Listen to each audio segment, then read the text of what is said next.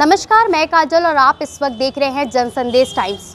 नवरात्र की शुरुआत हो चुकी है और अब से सप्तमी में बस 1-2 दिन का समय बचा है। ऐसे में सप्तमी से पंडाल में मूर्तियां बैठा दी जाएंगी और भक्त मां के दर्शन कर सकेंगे। और इस वक्त हम मौजूद हैं सनातन धर्म इंटर कॉलेज में बैठाए जाने वाले जो मां की प्रतिमा है उस पंडाल में, जहां पर भगवान शिव का जो अति प्राचीन और अलौकिक दिव्य मंदिर है केदारनाथ, उसका स्वरूप बनाया गया है। इस पंडाल को पूरा केदारनाथ का स्वरूप दिया गया है। जब जो लोग केदारनाथ भगवान शिव के दर्शन के लिए जाते हैं वह खुद को बहुत ही दिव्य और बहुत ही मतलब पुण्य का काम समझते हैं। लेकिन इस बार नवरात्र में वाराणसी में आप लोगों को केदारनाथ के स्वरूप के दर्शन यहाँ पर हो जाएगा। यूँ कह सकते हैं कि अगर आपको केदार धाम की एक झलक पाने की इच्छा है, मन में अगर आपको केदारनाथ धाम जाने की आपकी इच्छा है तो आप यहाँ पर आ सकते हैं और बाबा केदार धाम के यहाँ पर जो ये पूरा स्वरूप है इसके दर्शन प्राप्त कर सकते हैं। आप जैसा देख सकते हैं कि पूरा का पूरा ये जो पंडाल का जो स्वरूप है पूर्ण रूप से केदार धाम के ही जैसा है। ऐसा लग रहा है कि मानो खुद केदार धाम ही यहाँ पर मौजूद है। सबसे पहले मैं आपको बता दूं कि अभी अंतिम रूप देना पंडाल को बाकी है और जो ये पंडाल है इसमें पीछे माँ की प्रतिमा बैठाई जाएगी और यहाँ पर नंदी की स्थापना की जाएगी।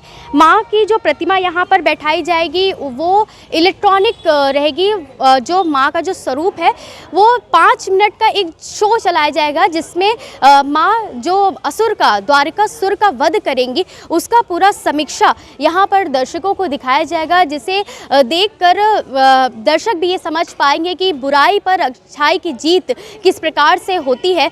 इसके बारे में चलिए बात करते हैं समिति के कार्यवाहक अध्यक्ष सूरज जायसवाल जी से, जो हमें बताएंगे कि ये जो पंडाल है जिसे केदार धाम का स्वरूप दिया गया है या किस सोच के साथ दिया गया है।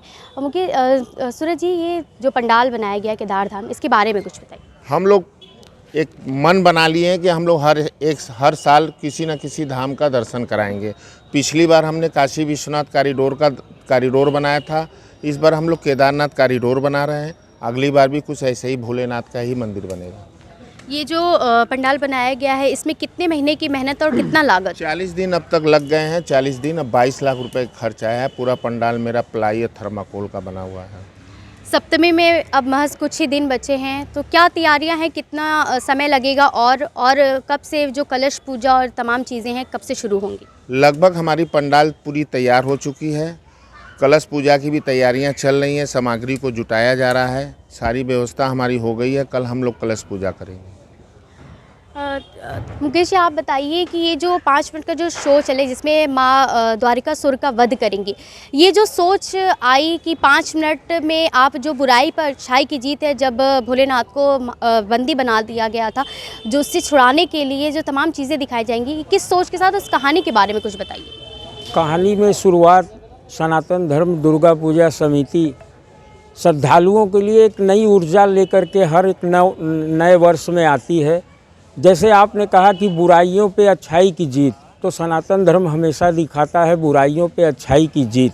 जनता यहाँ से एक सीख लेके जाती है जो साल भर पुनः याद रखती है कि अगले वर्ष फिर सनातन की ओर चलना है। एक नई ऊर्जा के साथ और नई एक कहानी के साथ हम सनातन की ओर अगले वर्ष आएंगे।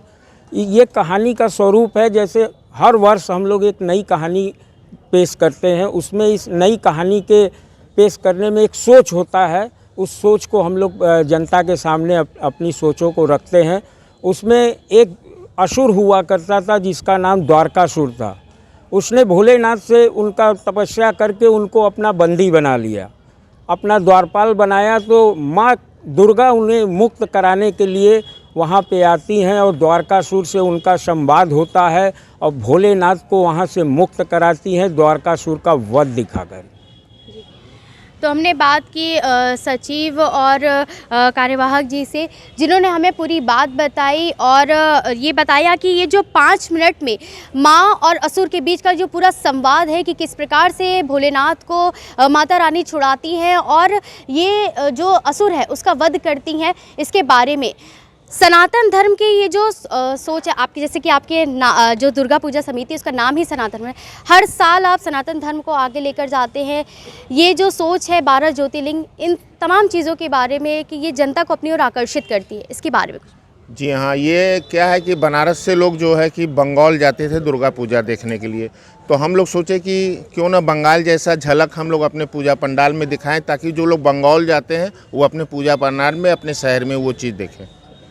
बात अगर सुरक्षा व्यवस्था की करें तो प्रशासन का कितना सहयोग रहता है, और क्योंकि भीड़ काफ़ी रहती है इस पंडाल में, लोगों को काफ़ी देर तक वेट करना पड़ता है माँ के झलक पाने के लिए, ऐसे में क्या व्यवस्थाएं रहती हैं? समिति सबसे पहले तो अपने वॉलंटियर पे संपूर्ण भरोसा करती है और अपनी खुद की टीम पर भी भरोसा करती है।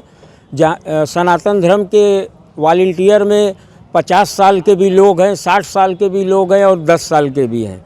तो ये सारे लोग 200-250 लोग ग्राउंड के अंदर पूरे अपने बैच बिल्ले के साथ श्रद्धालुओं की हर सुरक्षा के लिए खड़े रहते हैं।